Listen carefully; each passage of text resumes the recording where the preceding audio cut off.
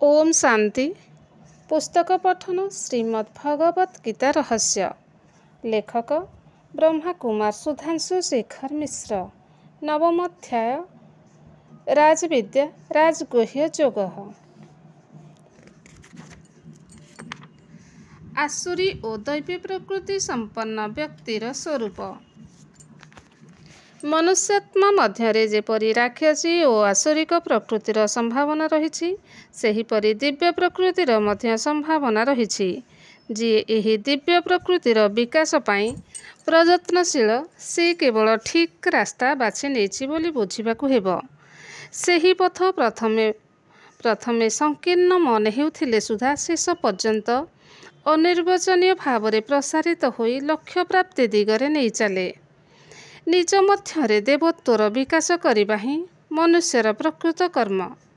कलिजुगीय तम प्रधान आसुरिक और राक्षसी प्रकृति को जोग शक्ति द्वारा निश्चिन्न करी निज मध्यरे दैवी गुणर संचार करबाकु हेबो।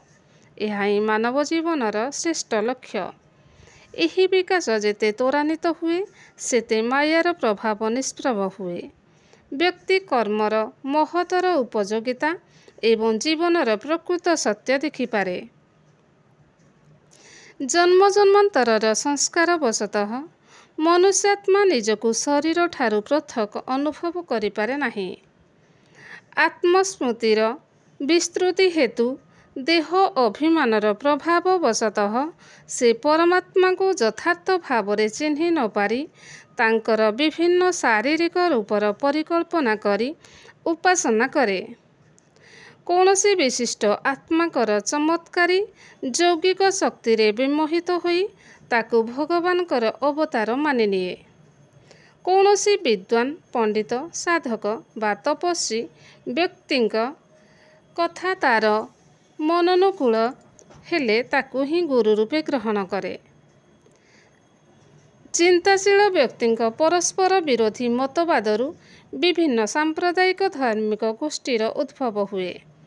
विभिन्न संप्रदाय ईश्वरंक प्रति भिन्न भिन्न अवधारणा पोषण करती, किंतु व्यक्तिर जेतेबेले एही ज्ञान हुए जे से प्रकृतरे देह नुहे परमात्मा का संतान आत्मा, सेतेबेले तार सकल भ्रांति दूर हुए। परमात्मा का सहित तार आत्मिक संपर्क स्थापित होईगला परे से तांको सहित नित्ययुक्त होई रही पारे। एहीपरि नित्ययुक्त योगीर एकमात्र ध्येय हेला ईश्वरीय इच्छा अनुरूप जीवन यापन करिबा।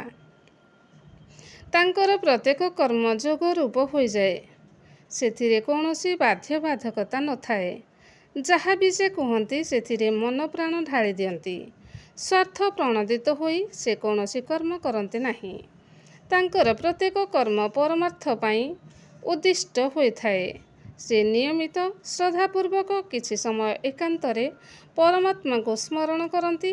भक्तिपूर्वक तांको हृदय सिंहासन रे अधिष्ठित कराई भाव विनिमय करती। तांकर गुणगान करी कृतज्ञता ज्ञापन करती। हे परम पिता, मो जीवन रे समस्त सफलता तुम कृपार परिणाम। मु केवल निमित्त मात्र। एहीपरि पुरुषार्थ करू करू योगी परमात्मा सहित एकात्म हो जाए। से स्वयं ज्ञान स्वरूप होई ज्ञान सागरंक सहित एक हो जाए। तांकर निजर संकल्प विकल्प इच्छा अनिच्छा किछि न थाए। ईश्वरीय इच्छा और संकल्प ता मनरे प्रतिफलित होई तदनुसारे तांको कर्मरे प्रवृत्त कराए।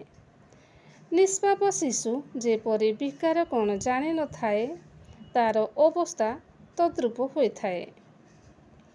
इच्छा मात्रम अविद्या। विश्वर समस्त आत्मा को से एक परमात्मा का संतान हिसाब रे भातृवत ज्ञान करी कहा प्रति पक्षपातिता करते नहीं। परमात्मा का सहित समदृष्टि को ही परमात्मा का सहित तांकर एकत्व प्रतिष्ठा करे। एहाकु ज्ञान यज्ञ कहा जाए। क्रमशः ओम शांति।